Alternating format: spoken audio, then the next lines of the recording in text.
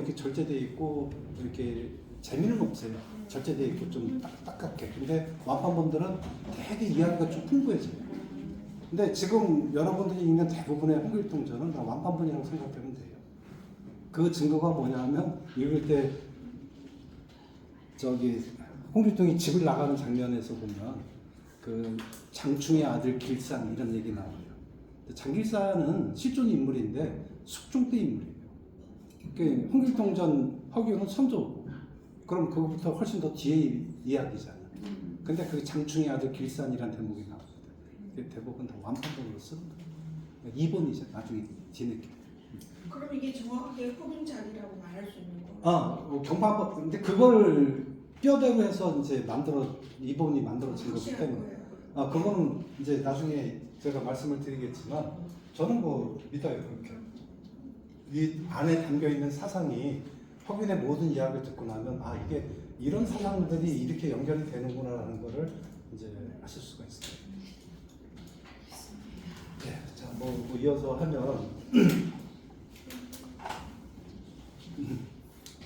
저기 아까 그 난설원까지 했어요, 그죠? 난설원까지 했는데 이분은 그 이제 아까 얘기했지만 곡자라는 시를 쓰고 그 이제 두 아들의 죽음을 노래하는 그런 시, 그리고 이 속에 아이는 있었지만 그 아이는 아마 사람을 죽인 것 같다 이렇게 얘기하고 27의 이제 젊은 나이에 죽음, 그리고 그동안 자기가 썼던 수천 편의 시들이 있었는데 그걸 다 불태워버려요.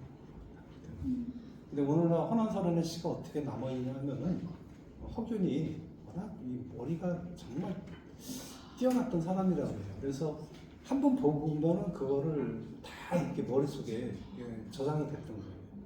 그래서 이제 물론 누나가 이제 써서 준 것도 있었겠지만 그런 거 플러스 자기가 기억해서 썼던 거 묶어서 이제 문집으로 내는 거예요. 그래서 오늘날 헌안설원의 문집이 전해지는데 많지는 않아도 그래도 전해져요. 그래서 이제 헌안설원이 우리 조선에서는 그 헌안설원의 시를 가지고도 그 당대 유학자들이 비난을 많이 해요.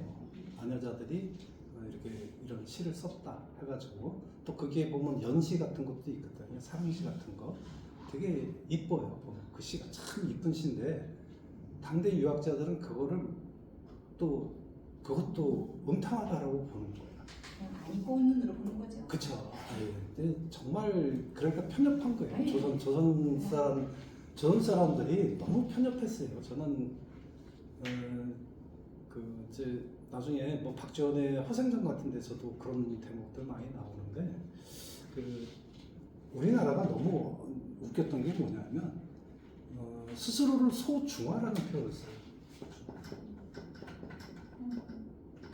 중화는 뭐예요? 중국 놈들이 우리가 세상의 중심이다 이런 생각을 갖고 지금도 보면 중국 놈들이 그런 게 강해요. 그래서 주변 나라들을 다 뭘로 봐요?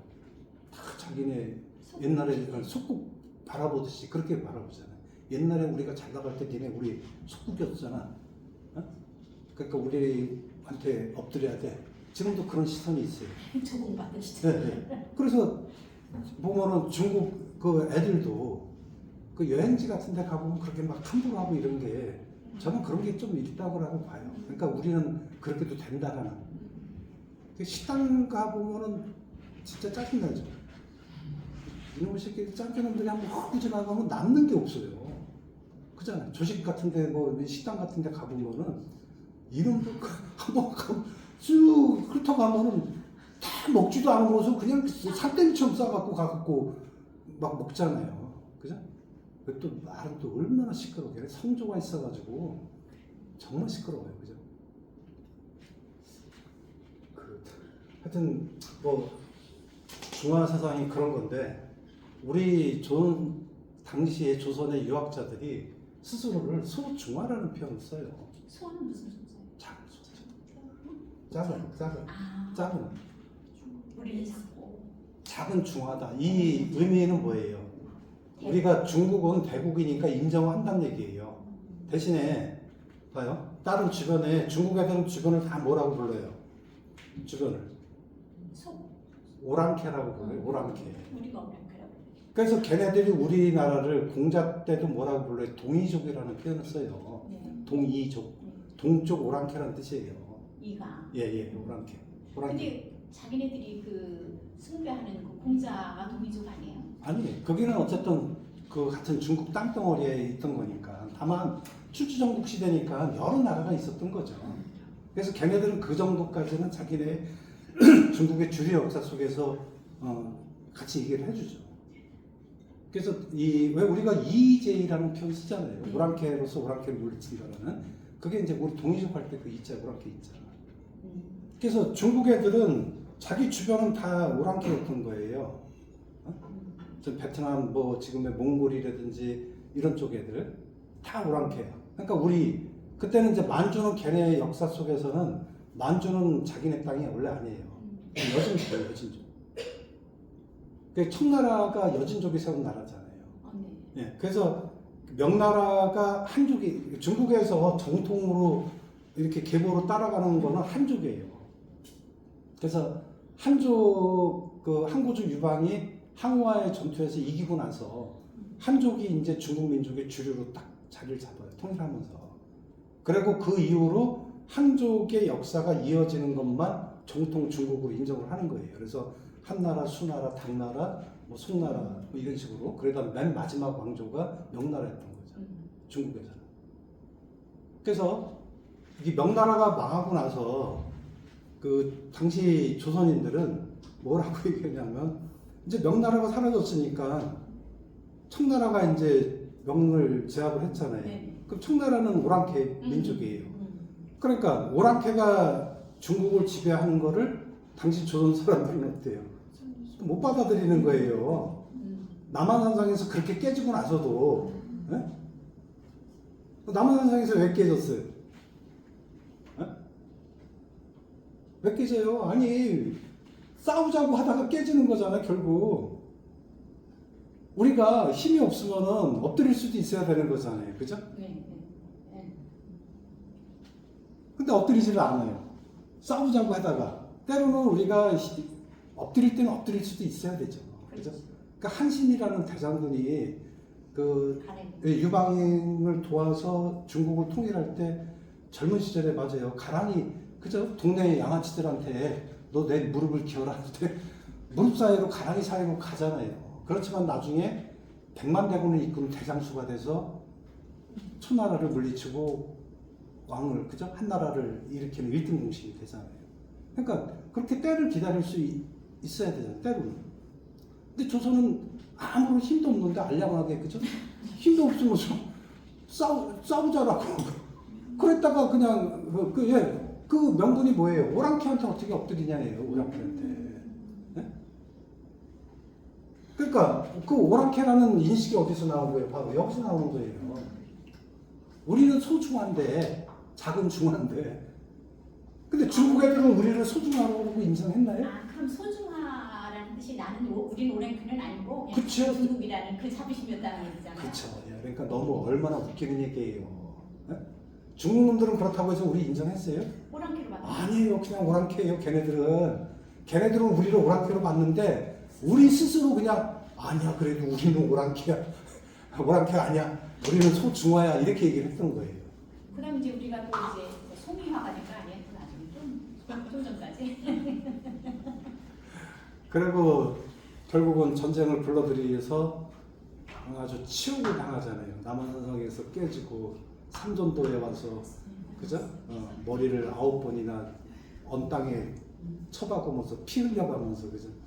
그렇게 치욕을 겪게 되는 게 그게 병자호란이잖아요. 그러니까 이렇게 참 우리가 그 당시 조선 사람들의 유학자들의 인식이라는 게 너무 좀 허접하죠. 그때 네. 우리 조선 사람들이 대개 지금 말하면 유학 간다고 한 게 다 중국으로 간 거잖아요. 예. 맞죠? 그래서 뭐 어쨌든 이런 이제 환원선언의 세 가지 얘기는 첫 번째는 왜 하필이면 조선인가? 만약에 중국에만 태어났어도 자기가 여자라 하더라도 어쨌든 글을 쓰면서 문명을 따질 수는 있었을 거 아니에요? 그거에 대한. 두 번째는 하필이면 왜 여자였는가? 여자. 남자로만 태어났다면 자기가 이런 이 정도 능력이 되면 얼마든지 좀 크게 펼칠 수가 있었을 텐데 하는 그런 아쉬움.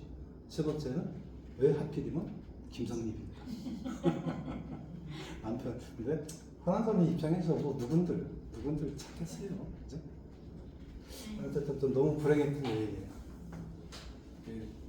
이런 시대가 어쨌든 천재들을 품을 수가 없었기 때문에 더군다나 여성이었기 때문에 그 차별이 더 심했던 것 같아요. 이건. 자, 이제 뭐 허균 얘기로 좀 넘어와야 되는데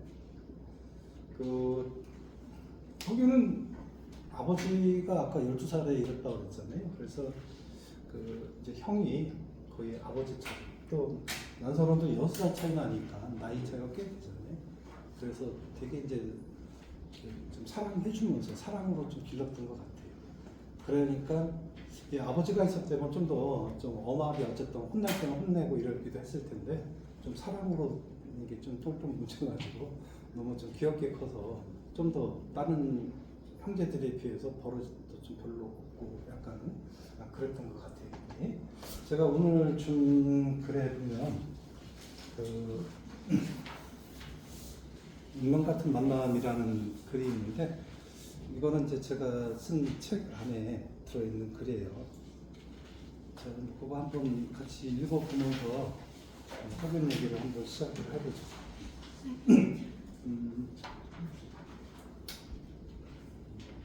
저만 떠드니까 목이 아픈데 누가 대신 읽어주시죠.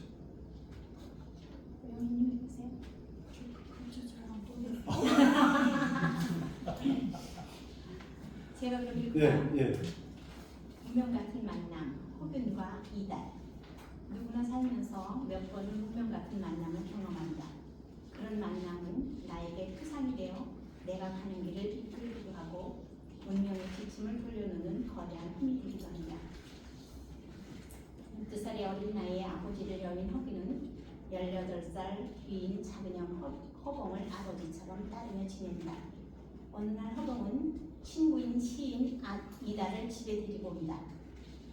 이달 허균은 스승 이달과 운명적으로 만나게 되는데 홍민종은 소화시평에서 허균과 스승 이달의 만남을 아래와 같이 기록하고 있다. 이달은 젊었을 때 허봉과 더불어 가깝게 지냈다. 하루는 허봉의 집으로 찾아갔는데 그의 아우 허균이 마침 와 있었다. 허균은 이달을 견눈질로 잠시 흘겨보고는 예의도 제대로 갖추지 않고 시에 대하여 제멋대로 이야기했다. 그래서 형 허봉이 말했다. 시인이 이 자리에 와 있는데 너는 일찍이 이 사람의 이름을 들어보지도 못했느냐? 너를 위해서 시 한 편을 지어달라고 부탁하겠다. 그 즉시 눈을 불러주자 이달이 곧 시에 맞추어 절구 한 수를 지었다. 날이 맑아 굽은 난간에 오래 앉아 있으면서 경문까지 닫아 걸고 시도 짓지 않았네. 단구석에 작은 매화가 바람에 다 떨어지니 봄빛이 살꽃 가지 위로 옮겨가는구나. 허균은 이 시를 듣자마자 얼굴빛을 붙이고 깜짝 놀라 일어나서 머리를 굽히고 사죄하였다. 그들은 그 시로서 뱃을 맺었다. 네, 뭐 여기까지만 잠깐 한번 볼까요? 이제 제가 이제 문학 공부를 하면서 이렇게 보면은 이렇게 참 운명적으로 이렇게 만나는 사람들이 좀 있더라고요. 이런 이제 운명 같은 게 뭐 우리도 그렇지 않나요? 뭐 살다 보면 내가 이 사람을 운명적으로 이렇게 만난 것 같은 그런 거 아마 있을 것 같은데 제가 주목한 그 인물 중에 바로 이제 허균과 이달이 그런 운명이지 않았는가 그런 생각이 들어요. 그래서 아까도 얘기했지만 이제 12살 때 아버지를 여였고 그래서 이제 허봉을 아버지처럼 따르는데 허봉이 이제 이달을 데리고 와요. 근데 이달은 그 당시에 상당 시인으로 불리는 사람이거든요. 밑에 나오지만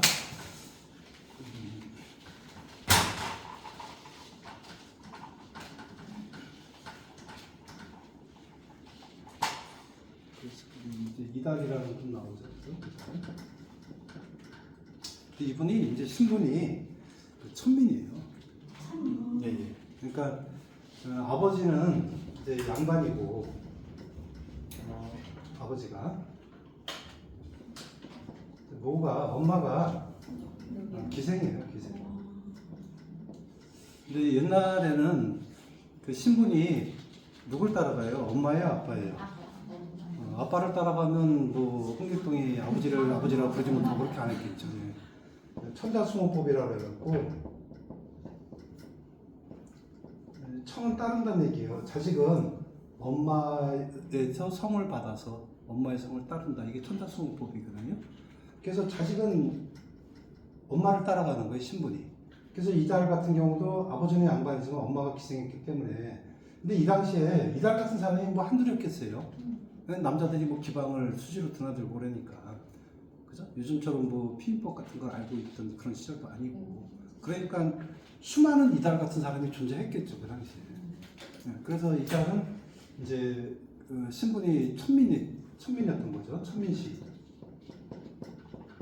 근데 뭐, 개 중에는 뭐, 천민이라 하더라도, 이렇게 태어났다 하더라도, 또 부모가 좀 이제 보살펴주는 그런 경우도 있겠지만, 근데 대다수는 어때요? 부모들이.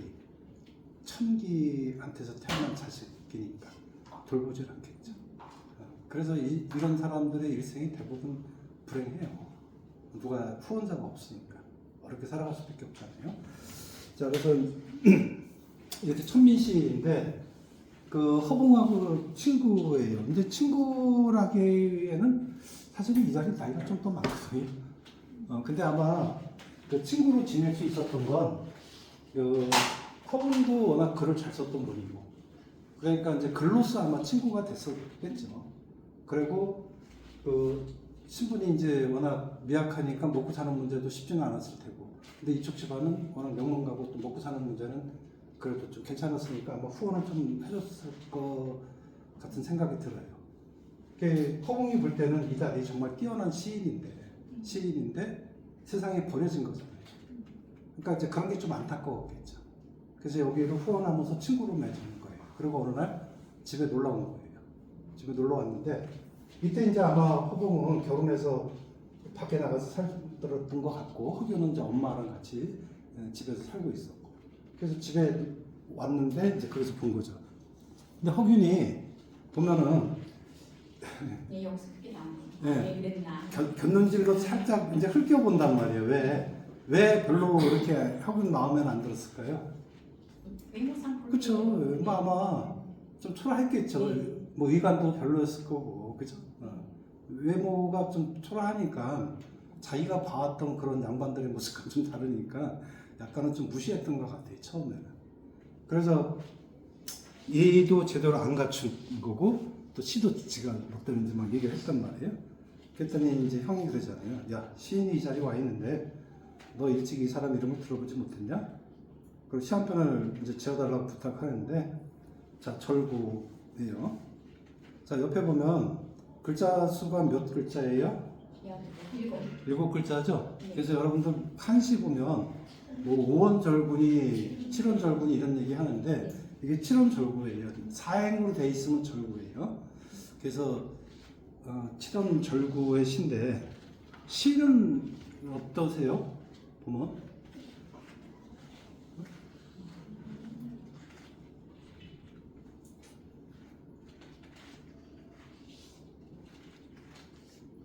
이게 이제 그 한시 짓는 게 쉽지 않은 게 여기서도 그러잖아요. 그 시 한 편을 지어달라고 부탁하겠다 하면서 즉시 운을 불러준다 이렇게 얘기 나오잖아요. 그래서 절구 같은 경우는 보통 그 이렇게 사행이 있는데 그 중에서 맨 끝에 글자 여기서 보통 1, 2, 4나 또는 2, 4를 갖다 운을 맞춰야 돼요. 같은 음이 온다거나 아니면 모음이나 그런 게 똑같아야 된다거나 이런 규칙이 있어요.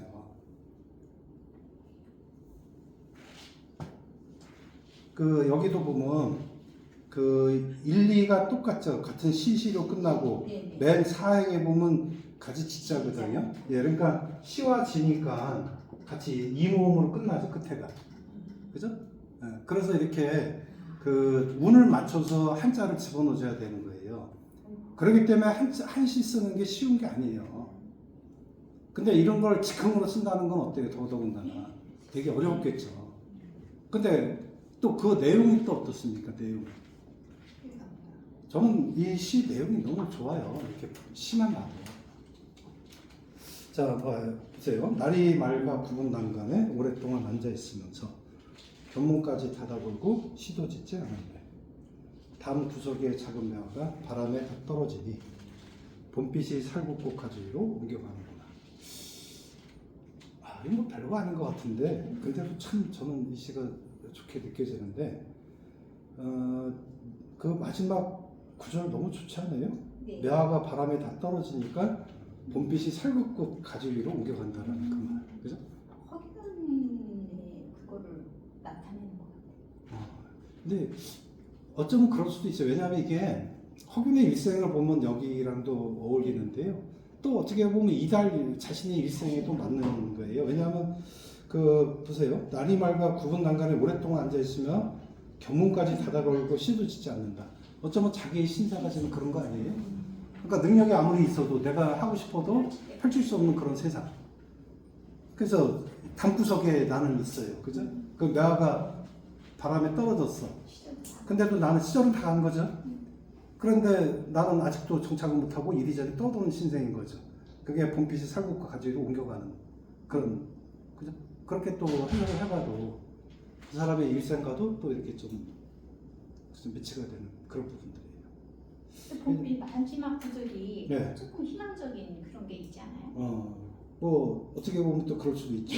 봄빛이 어떤 떨어졌지만 이렇게 옮겨간다고 그랬으니까. 어쨌든 이걸 즉흥적으로 불러준단 말이에요. 그러니까 깜짝 놀라서 이제 허균이 사죄를 하죠. 그러니까 허균도 대단하잖아요. 그 어린 허균이 제 기억으로는 이달이 허균보다도 한 10살 이상 위에요. 10살 이상이거든요. 그 허균이랑 따지면 거의 30년 차이 나는 거예요. 그러면 그렇죠. 네, 30년 정도 차이가 나는데 이달은 뭐 이제 완숙한 경지에 이르렀으니까 이런 시를 쉽게 쓸 수 있다 하더라도 30년이나 차이 나는 어린 아이가 이 시를 듣고 해석을 이해를 했기 때문에 이해를 갖추는 거 아닙니까? 네. 그러니까 그런 지점이 참 대단한 거죠. 그래서 이제 그 밑에 보면 즉흥적으로 지은 시색에도 놀랍지만 시가 지닌 품격을 알아보고 바로 예의를 갖춘 허균 또한 이제 보통이 아니다. 제가 이렇게 이제 얘기했고, 자 이달은 훗날 최경창, 백광과 더불어 3당 시인으로 불릴 만큼 시를 잘 쓰는 사람이었다. 당시는 송나라의 영향을 받은 시가 유행했는데, 자 대개의 시가 표절과 논리에 치우치고 난삽한 경향이 있었다. 자 이달 역시 처음에는 송시를 배웠지만 스승 박순에게서 시도는 마땅히 당시를 으뜸으로 삼아야 한다. 소식이 비록 호방하기는 하지만 이리로 떨어진 것이다 라는 말을 듣고 그날부터 당시를 열심히 익혔다. 이렇게 돼 있어요. 그럼 이제 여기서 말하는 소식은 소동파예요. 소동파. 이 소동파는 허균이 가장 좋아했던 인물 중에 한 명이 소동파예요. 근데 이 허균이 왜 소동파를 좋아했을까 생각해 보면 뭐 또 그럴 수밖에 없었겠다 이런 생각이 들어요. 우리가 이제 소동파를 많이 들어봤잖아요. 네. 소동파.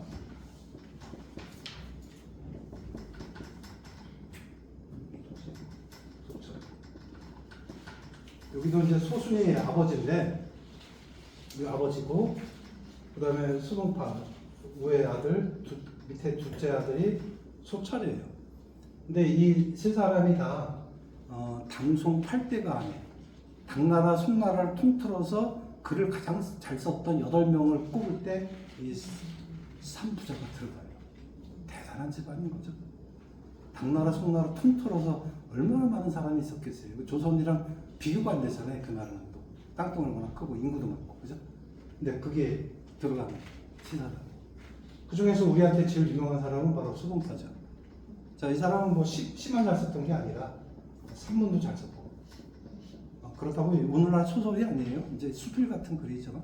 수필 같은 글이고, 그다음에 또 그림도 잘 그리고, 글씨도 잘 썼고, 모든 면에서 아주 다방면으로 다 능통했던 그런 인물이에요. 근데 역시 또 어때요? 천재. 세상에 버려지는 거예요. 천재. 너무 뛰어났던 인물인데, 그러니까 좀 학윤이랑 약간 유사한 면이 있어요. 24살 때 이 사람도 이제 과거급제를 하는데, 학윤도 그 나이 때 과거급제하거든요. 근데 이제 과거급제를 해요.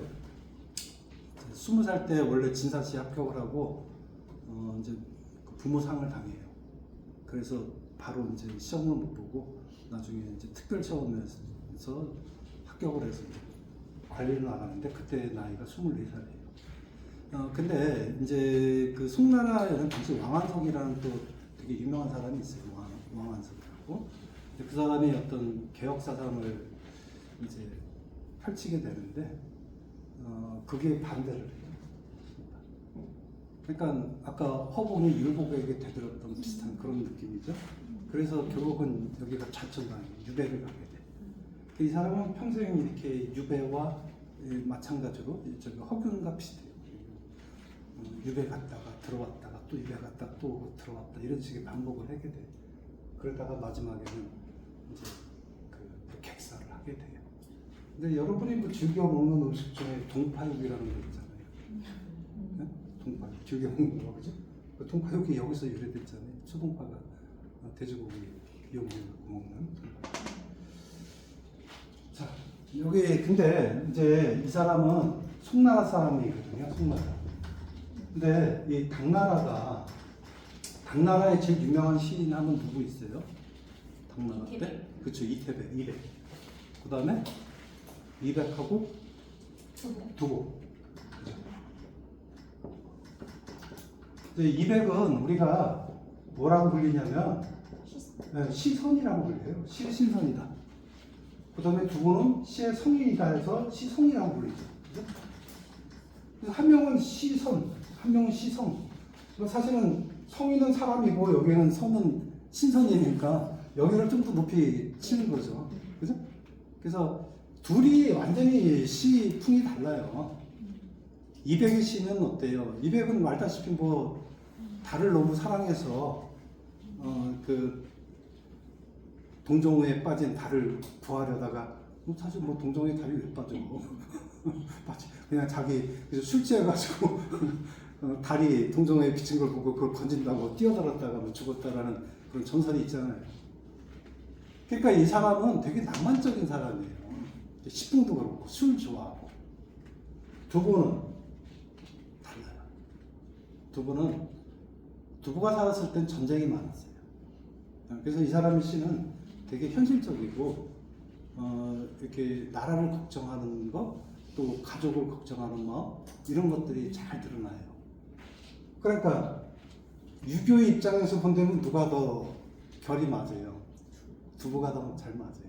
그래서 우리가 훈민정음을 만들고 제일 먼저 한글을 시험했던 게 뭐냐면 그 중에 하나가 바로 두시연애예요. 두시연애라는 게 두부의 시를 우리 한글로 풀이했다 이 뜻이에요. 두시연애. 학교 다닐 때 다 배워봤죠? 그 두시연애 이런 말들. 네. 왜 두시연애라는 말이 있는지 그런 뜻이에요. 자, 그래서 아마 여기 이제 이 박순이 얘기했던 거는 그 당시풍이라고 해서 두부 말고 이백 같은 시를 얘기하는 거예요. 이백.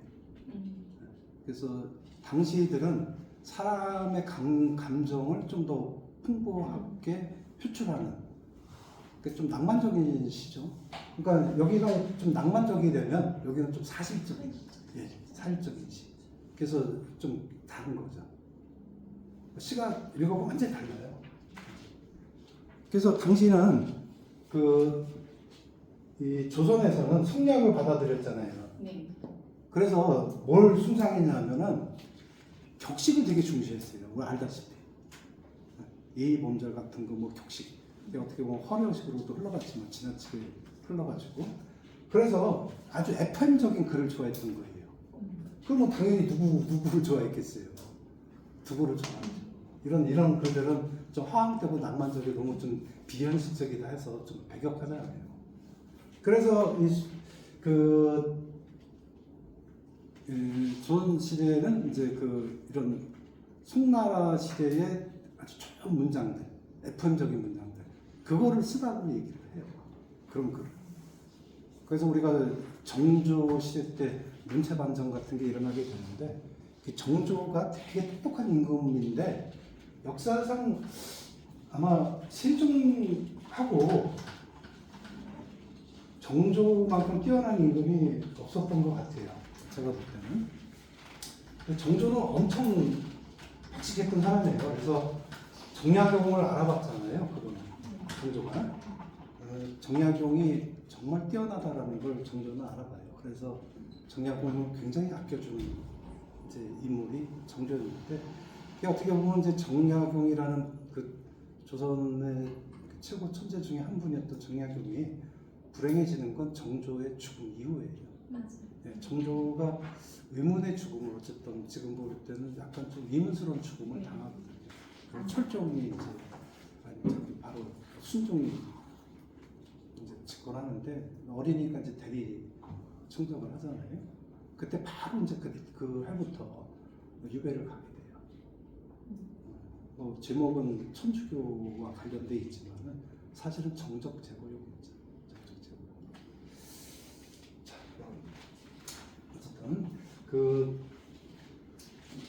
미달 얘기로 다시 좀 돌아와 보면, 미달은 그래서 초창기에는 이분도 그런 FM적인 시를 썼던 거예요. 왜냐하면 그 당시가 그런 거를 강요하던 시대였기 때문에, 그게 그렇게 해야 된다 하면 우리는 따라갈 수밖에 없었던 거잖아요. 그죠? 그래서 그렇게 그냥 따라갔던 거예요. 근데 어느 날 박순이라는 스승이, 야, 아니야, 이걸 봐 하면서 당나라 시를 보여준 거예요. 그걸 딱 보는 순간, 와우, 이건 뻥게임 거죠. 완전히 다르잖아요. 자, 그래서 이제 당시, 여기 삼당시인이라고 나와요. 삼당시인. 삼당시인이란 뜻이 바로 당시풍의 시를 잘 썼던 세 명의 시인을 얘기하는 거예요. 거기서 보면은 이달이 나오고 최경창이 나오고 그다음에 백방훈이 나오죠.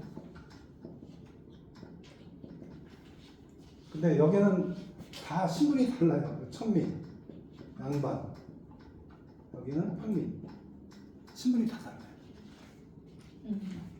신분이 다 다르지만 당시를 그 당시에 제일 잘 썼던 그런 세 사람이에요. 최경창하고 이달 이분들, 백광훈은 뭐 그렇게 저는 잘은 몰라요. 근데 둘은 참 대단해요. 이분들은 대단한데,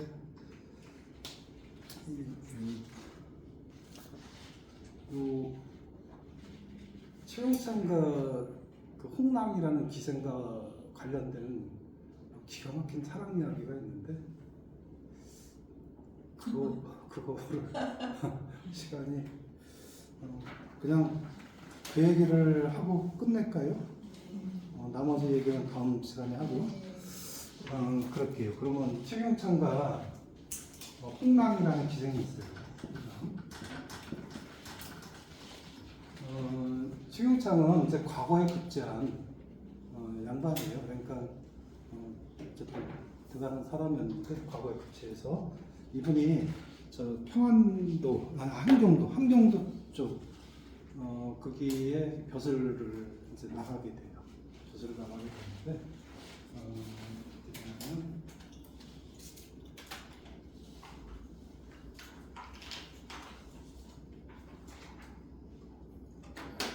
지도를 제가 좀 보여드릴게요.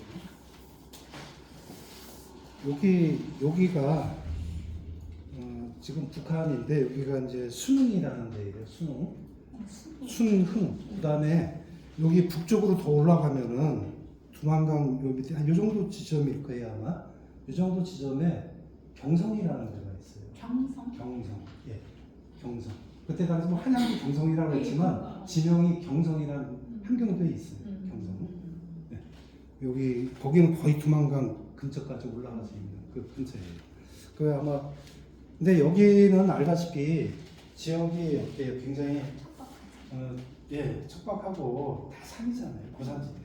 이쪽에 가면 2,000m 넘는 산들이 뭐 즐겨해요. 그러니까 굉장히 좀 험하죠 산세가. 자 그래서 이쪽에 이제 경성 쪽에 버섯을 하러 가게 돼요. 가는 길에 수능이라는 데서 홍랑을 만나는 거예요. 홍랑은 원래 기생은 아니었어요. 원래 기생은 아닌데 어린 시절에 이제 아버지가 일찍 죽어요. 그 다음에 12살 어린 나이에 엄마가 또 죽어요. 이제 고아가 되는 거죠. 그죠? 고아가 됐는데 뭐 별로 보살펴 줄 사람이 없었던 것 같아요. 그래서 그 지역에 어느 약방에 가서 글도 좀 배우고 그 잔심부름 하면서 좀 지냈던 것 같아요. 그러다가 15인가 16 무렵에 이제 스스로 더 이상 폐를 끼치지 않겠다고 해서 이제 관리가 돼요. 자, 그래서 아까 뭐 지도상으로 이렇게 보면 여기서 요 정도가 이제 수능이라면 여기 이제 요 정도가 이제 경성이란 거예요. 한양이 있고 가는 길에 수능에서 홍랑을 만난 거예요. 근데 이 홍랑이 16 어린 나이에 홍랑이 이때 그 최경창은 34시가 그랬어요. 이때 나이가. 근데 옛날 기생들은 그 좋은 그 글 같은 한시 같은 거 또는 이런 것들을 악기로 연주하면서 노래를 했던 거예요. 우리가 오늘날 읽듯이 이걸 말로 이렇게 읽는 게 아니에요. 옛날은 다 노래로 해요. 창으로. 근데 이 어린 아이가 최경창의 시를 읊은 거예요. 알지도 못하는데 최경창의 시를 검은고 연주하면서 노래를 한 거예요. 그러니까 얼마나 깜짝 놀랐겠어요, 최경창이. 네? 자기를 이 먼 데서 알아주는 사람도 드문 그런 지역에서 더군다나 이 어린 여자아이가 더군다나 양반도 아니고 기생인 아이가 그죠? 깜짝 놀랐어요. 얼마나 기뻤겠어요. 그리고 이제 야 또 어떻게 아니 뭐 우리가 상상해 볼 수 있잖아. 야너그 시를 어떻게 아느냐? 뭐 이렇게 그죠? 물어봤을 테고 뭐 얘기 오고 가다가 나 어디가 좋았어요. 뭐 그래서 이 시를 사랑하게 됐다. 야 내가 바로 그 주인이다. 와 그때 또 여기 또 어땠겠어요? 얼마나 또 황홀했겠어요 그 순간이. 그래서 그날 밤 이제 이렇게 서로 우노지정을 나누게 돼요. 그래도 이제 여기는 어쨌든 관리니까 명을 받아서 여기까지 가야 되잖아요. 그때 우리로 가죠. 그 잊고 있었는데 어느 날 홍랑이 찾아와요. 너무 보고 싶었던 거예요. 그래서 둘의 인연이 이제 이어져요. 그래서 한동안 이제 같이 살게 되죠. 그리고 6개월 만에 최경창이 다시 한양으로 부름을 받아요. 돌아가요. 홍랑이 참 너무 기가 막힌 또 이별이잖아요. 얼마나 가슴 아팠겠어요. 사랑하는 사람을 이렇게 보낼 수밖에 없는 그 마음. 그죠? 자, 그래서 돌아가는 길에 자기가 배움할 수 있는 그 옛날 관기들은 그 군인들도 지금 마찬가지인데 유수지역이라는 데가 있어요. 내가 어느 지역을 벗어나면 안 돼요. 옛날 관기들도 그런 게 있어요. 그래서 자기가 올 수 있는 데까지 따라와요. 따라오면서 최경창한테 시를 한 편 써줘요. 아마 홍랑이 어떤 시냐면 아마 들으면 알 수도 있을 거예요. 몇 번을 가려 꺾고 보내노라 님에게 주무시는 창가에 심어두고 보세요. 간밤에 새잎꽃 나거든 날인가도 여겨주세요. 이런 시. 얼마나 참 절절해요. 그죠? 몇 버들을 산에 있는 버드나무 중에서 좋은 걸로 님한테 줄 거니까 좋은 걸로 골라가지고 가려서 꺾은 거예요. 그래서 그거를 님한테 준 거죠. 혹시 거기서 간밤에 새잎이 난다면 나처럼 나보듯이 좀 봐달라. 참 절절한 마음이 담겨있잖아요. 그 최경창 얼마나 이뻤겠어요. 그죠? 자, 그리고 한양으로 돌아와요. 한양으로 돌아왔는데 병에 걸려요. 병에 걸려가지고 거의 시름시름 죽어가고 있어요.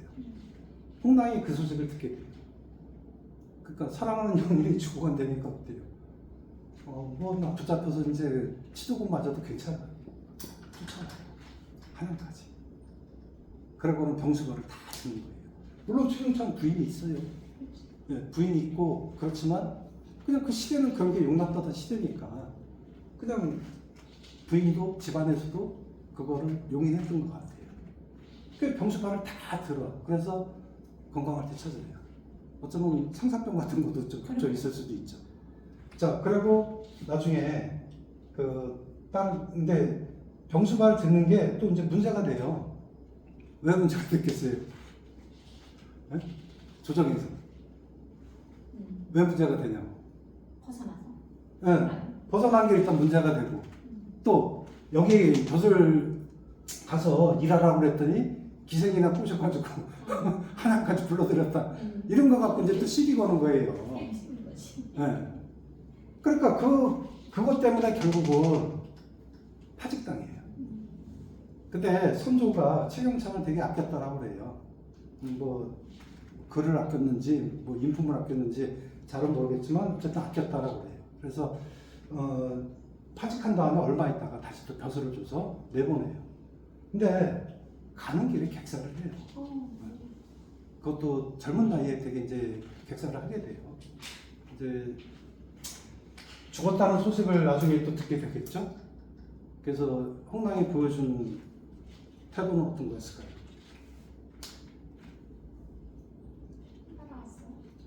심효살이를 해요. 가서. 심효살이라는 거는 어떤 때 하는 거예요? 부모님 돌아가셨을 때. 네, 무덤 앞에 예, 천막 져놓고 3년 동안, 그죠? 근데 더 놀라운 거는 심효살이를 할 때 주변 남자들이 와서 찝쩍거릴까봐 자기 얼굴을 칼로 자해를 해요. 그리고 막 진흙 같은 거 발라가지고 얼굴을 완전히 그냥 망가뜨려요. 정말 참 피 같은 사랑이잖아요. 그죠? 나중에 옆에 기회 되면 최인호 작가가 쓴 몽유도원도라는 작품이 있어요. 최인호 작가가 쓴 글인데 여기 속에서도 보면 그 도미설화를 이제 다시 재해석한 글인데 거기 보면 왜 백제 최고의 미인 아랑이 이제 계로왕한테 그런 능욕을 당할 뻔하다가 그 기지를 발휘해서 달아나는 이야기잖아요. 근데 거기 보면 남편이 이제 소경이 된단 말이에요. 네, 소경이 되는데 그 아내인 아랑이 나중에 얼굴에 이제 이 최인호식의 해석이에요. 얼굴에 비친 자기 모습을 보고 너무 아름다워. 그래서 이 얼굴 때문에 이런 사단이 난 거야. 내 남편이 계롱한테 눈동자가 뽑히는.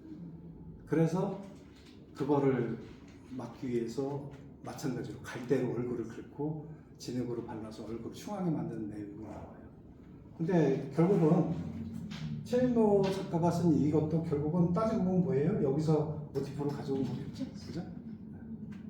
그러니까 이렇게 이야기들이 그 좀 잘 알고 이렇게 읽으면 되게 재밌어요. 다 연결이 되고 재밌어요. 홍당도 결국은 최경창 옆에서 3년 동안의 심유살이를 해요. 그리고 더 이제 놀라운 거는 최경창은 임진왜란이 일어나기 전에 죽어요. 최경창 집은 서울에 한양에 있었잖아요. 그 한양은 일본 놈들한테 다 완전히 부륙당하잖아요. 최경창이 아마 홍랑을 되게 아끼고 사랑했던 것 같아요. 그래서 자기의 문집을 하나를 준단 말이에요. 피난길에 그걸 다 갖고 다녀요. 피난길에. 전쟁이 끝나고 나서 네, 다시 돌아와서 이 최경창 집안의 그 책들을 전해줘요. 최경창 문집이다. 그 바람에 오늘날 우리가 최경창의 글을 읽을 수가 있는 거예요. 그 집안에서도 그래서 보통이 아니잖아요, 이런 일들이. 그래서 예, 우리 집안의 사람이다 해갖고 받아들여주고 최경창이 죽은 그 옆에다가 무덤을 죽었을 때. 그러니까 최경창 집안도 사실 대단한 거예요, 그런 걸 보면. 비록 천민이지만 의리를 아는 여자잖아요. 그러니까 이런 여자라면 우리 집안의 사람으로 손색이 없다 이렇게 받아들여준 거죠. 그래서 그런 일화가 전해져요. 그리고 홍랑은 얼마 후에 자결을 해요. 34세 나이인가 그때. 되게 참 절절한 사랑 이야기죠. 최영창 윤진배는 홍남에 대한 그 시가 있나요? 그 임에게 몇 번을 갈급해서 보내준 답시가 없었다는 건 좀 아니 예의가 아니요 없어요. 답시가 있어요. 답시가 있어요. 그 뭐 다음 시간에도 우리가 이제 계량 매창에 대한 이야기도 하겠지만은 매창과 또 허균아이랑도 또 매창은 혹시 아실지 모르겠지만 황진이와 버금가는 그런 그 기생이에요. 인물 말고 그냥 시로.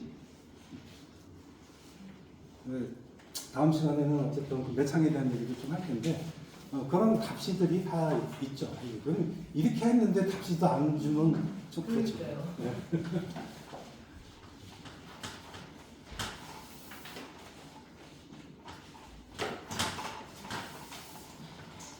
오늘은 어떻게 보면 뭐 허균 이야기보다는 좀 이제 주변 이야기가 더 많았는데 그 허균의 가게를 허균을 알기 위해서는 얘기를 좀 안 할 수는 없었던 것 같아요.